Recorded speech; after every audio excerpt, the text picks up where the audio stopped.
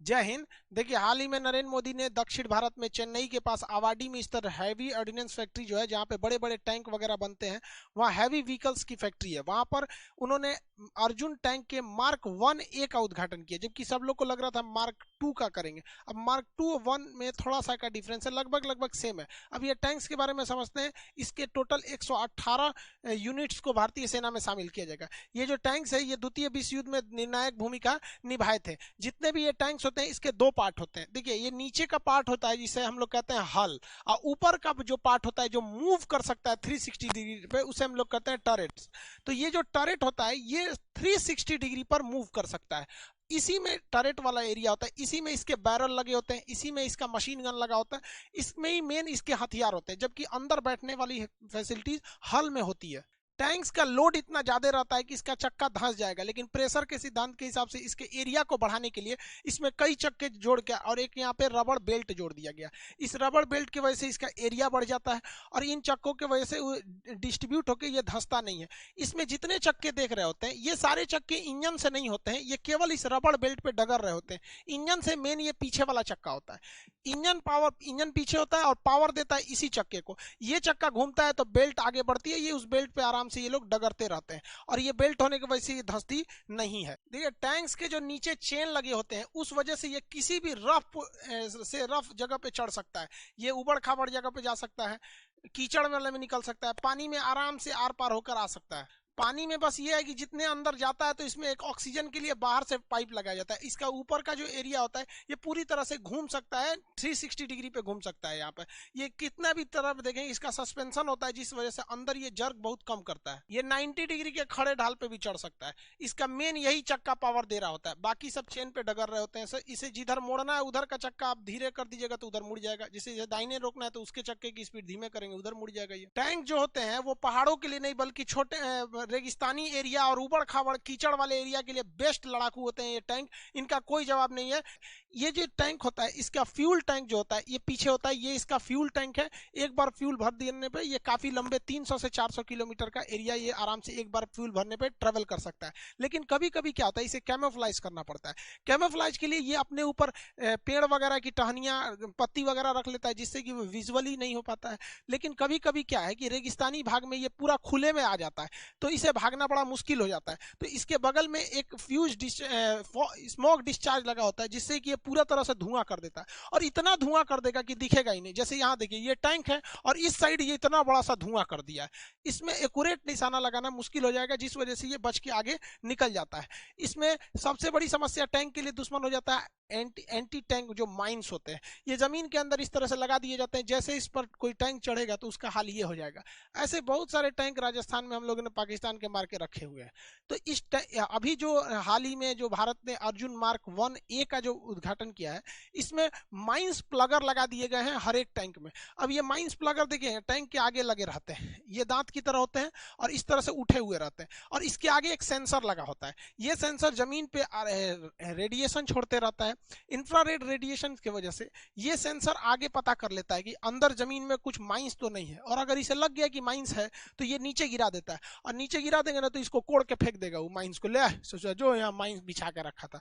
Tank जो होता है मेन बैटल टैंक MBT है, जो भारत का है, ये 3rd जनरेशन का मेन बैटल टैंक है। इसकी सेफ्टी के लिए इसका जो बाहरी का कांचना नाम का जो कवच है, इस पर यहाँ पर आप देखेंगे तो बॉक्स की तरह एक्सप्लोसिव लगेगा सब, ये इसको प्रोटेक्शन देते हैं। इसके अंदर एक विशेष प्रकार का रबड़ भरा होता है और हल्का एक्सप्लोसिव होता है, हल्का सा अंदर से भी ब्लास्ट करता है, बट पूरी तरह ब्लास्ट होकर वापस नहीं आ सकता है। इसकी डिजाइनिंग इस तरह से की जाती है, इसे कर्व एरिया में बनाया जाता है, ताकि अगर इस पर गोली लगे तो पहले तो गोली छटक जाए, क्योंकि वो एकदम बराबर नहीं है, कर्व की तरह बना दिया जाता है। और जैसे ही इस पर कोई गोली वगैरह टकराती है तो स्टील का ये इतना मजबूत रहता है कि ये फटता नहीं है, और टकराने से अंदर एक झटका लगता है तो अंदर भी एक छोटा सा ब्लास्ट होता है, और वो ब्लास्ट मतलब झटका देने के लिए होता है, जिससे कि गोली वगैरह छटक जाती है, इससे ज्यादातर नुकसान नहीं होता है। ये डबल लेयर सिक्योरिटी होती है। एक ये वाला आप देख लिए ऑर्नामेंट सिक्योरिटी के लिए बाहर बाहर है, और इसका मेन बॉडी तो अंदर है, मेन बॉडी अंदर है, तो डबल लेयर सिक्योरिटी होती है इसकी। इन टैंक्स के ऊपर रॉकेट लॉन्चर से हमला किया जाता है। तो रॉकेट लॉन्चर के हमला को बचने के लिए इसके साइड साइड में यहाँ पर लगे रहते हैं सब रडार। ये रडार अपने और आने वाले रॉकेट लॉन्चर्स वगैरह को पकड़ लेते हैं। जैसे इस पे दागेंगे ना तो एक रडार रहेगा, इसको पकड़ लेगा, दूसरा रॉकेट आएगा जो इस रॉकेट से आके टकरा जाएगा, उसके बगल में आके ब्लास्ट करेगा, जिससे कि ये सेफली बच जाएगा। देखिए टैंक्स जो होते हैं इनके ऊपर अगर कोई हमला करेगा तो खुद सेल्फ डिफेंस कर लेते हैं। इन टैंक्स के ऊपर अब ये मिलिटेंट है, ये इसके ऊपर हमला कर दिए आरपीजी रॉकेट, तो इसका ऑटोमेटिक रडार जो है इस रॉकेट को पकड़ लेगा और वहां से वो रडार पकड़ लिया और यहां से एक एमुनेशन रॉकेट छोड़ देगा। ये रॉकेट उसके बगल में आके फट जाएगा। देखिए ये इधर से आ रहा है, ये टैंक के ऊपर जा रहा है, ये डायरेक्ट हिट नहीं करेगा बल्कि बगल में आके फट जाएगा, जिस वजह से ये एमुनेशन यहीं फट जाएगा और टैंक के पास नहीं पहुंच पाएगा, इसके केवल टुकड़े पहुंचेंगे और इस टैंक को कुछ नहीं होगा। यहां देखेंगे आरपीजी के बगल में ये फट गया, ये कैसे भी सेफ्टी कर देता है, उसके बगल में जाके ये ब्लास्ट कर जाता है। इसे कई तरह से परीक्षण से गुजारा जाता है। ये नीचे से जा रहा है, उसके इतना तेज ये रिएक्शन होता है कि पता नहीं, जैसे ये इसके पास आ रहा है यहां से निकलेगा, देखिए यहां निकला, इसके बगल में जाकर ब्लास्ट कर जाएगा। टैंक को पूरी तरह से सेफ रखता है। ये नीचे से जा रहा है आरपीजी का गोला, वहां टैंक खड़ा है, उसने अपनी सेफ्टी के लिए इसको भेजा, बगल में जाकर ब्लास्ट करेगा। ये किसी टैंक में 4 लोग बैठते हैं। यहां पर बैठता है इसका ड्राइवर जो हल वाले एरिया में बैठता है अंदर की ओर, ये पेरिस्कोप से देखेगा। यहां इसका कमांडर बैठा हुआ है, बाहर निकल रहा है गनमैन और ये क्या हो जाता है लोडर। तो ये 4 लोग बैठे रहते हैं। इन्हें देखने के लिए पेरिस्कोप लगाया जाता है। इनका पेरिस्कोप अंदर बैठे बैठे ये आराम से बाहर की ओर देख सकते हैं इस पेरिस्कोप की मदद से। ये आगे 120 डिग्री के एरिया में, ये वाइड एरिया में देख सकता है। हालांकि ये ऊपर का जो एरिया है ये तो 360 डिग्री खुद ही घूम जाता है, जिस वजह से इसको देखने में कोई प्रॉब्लम नहीं आती है।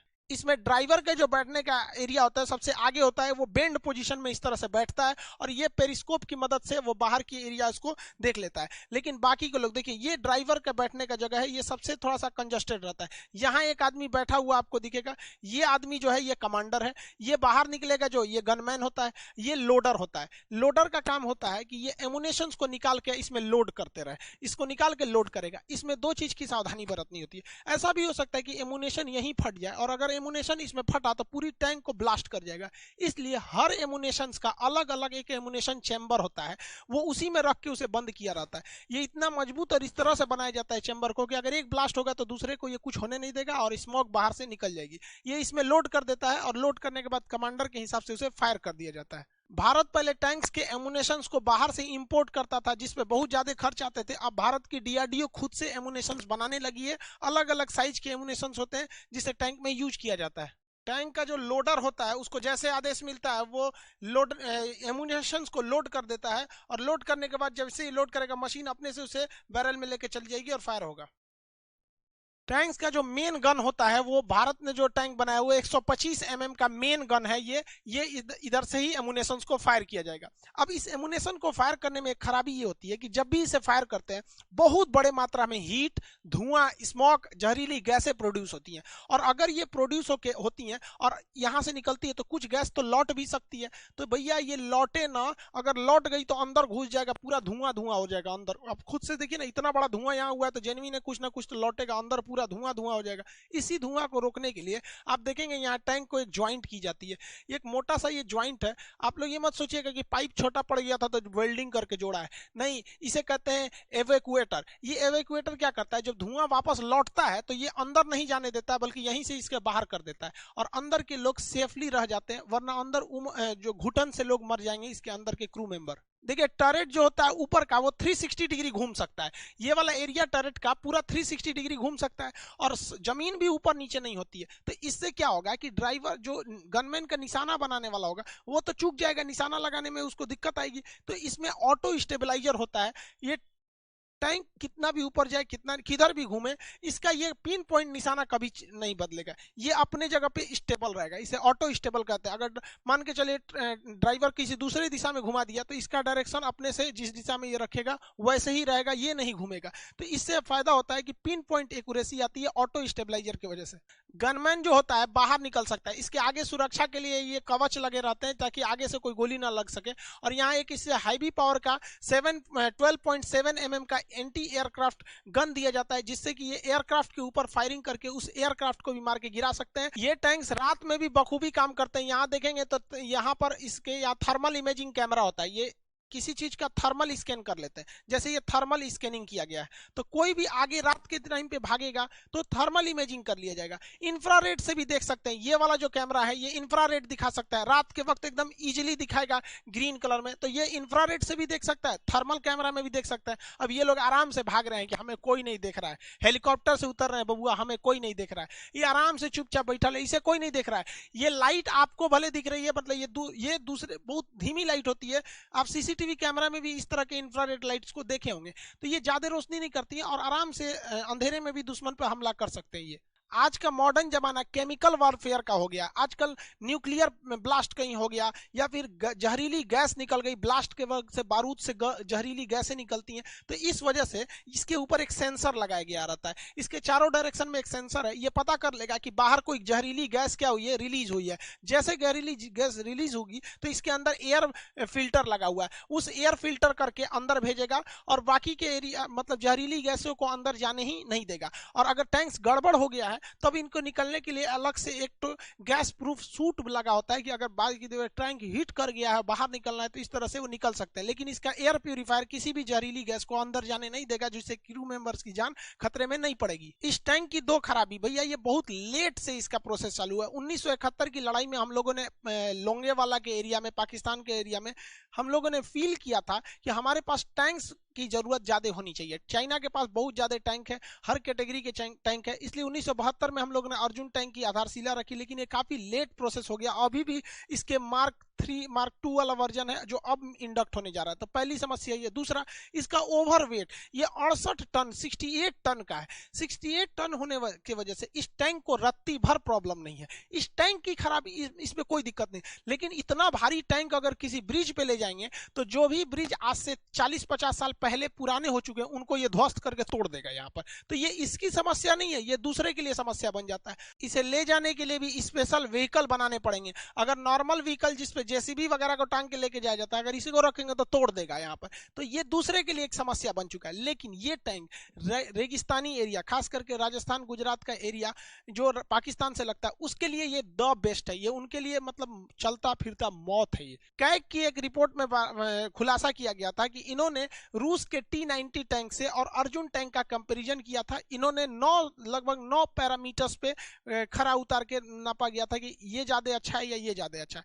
तो ये उस कंपैरिजन में जो हमारा अर्जुन था वो T-90 पे भारी पड़ा हुआ था। देखिए, T-90 टैंक बेसिकली डिजाइन किया रसिया ने अपने हिसाब से बनाया। उसका ज्योग्राफिकल एरिया अलग है, वहां ठंड ज्यादा है, ये सब मतलब उसने अपने हिसाब से किया, जबकि अर्जुन हमारा अपने हिसाब से। इसी वजह से अब कैग रिपोर्ट दे रही है तो भाई कैग तो बेवकूफ होते नहीं है भैया, वो आईएएस अधिकारी रैंक के अधिकारी होते हैं कैग। इन सब खासियत को ध्यान में रखते हुए 118 टैंक्स को मार्क 1A को मोदी जी ने भारतीय सेना में शामिल कर दिया। आवाडी में, चेन्नई के पास जगह आवाडी, वहां पर ये इसको बनाया जाता है। याद रखिएगा, आप ये वाला एग्जाम में भले पूछेगा तो ये सीरीज पूछ सकता है, कौन से टैंक को शामिल किया गया, MK1A। हालांकि MK जो मार्क 2 था, इसी मार्क 2 को हम लोग क्या कहें, लो MK1 कहा गया है। इसमें एक चीज है, मतलब इसमें अगर रॉकेट फायरिंग नहीं कर सकते, यहां से अगर हम चाहें तो रॉकेट फायर नहीं कर सकते, तो क्या किया गया कि सेना का कहना है कि हमें जो मार्क 2 दीजिएगा उसमें रॉकेट फायरिंग की व्यवस्था अलग से लॉन्चर जोड़ के दीजिएगा। तो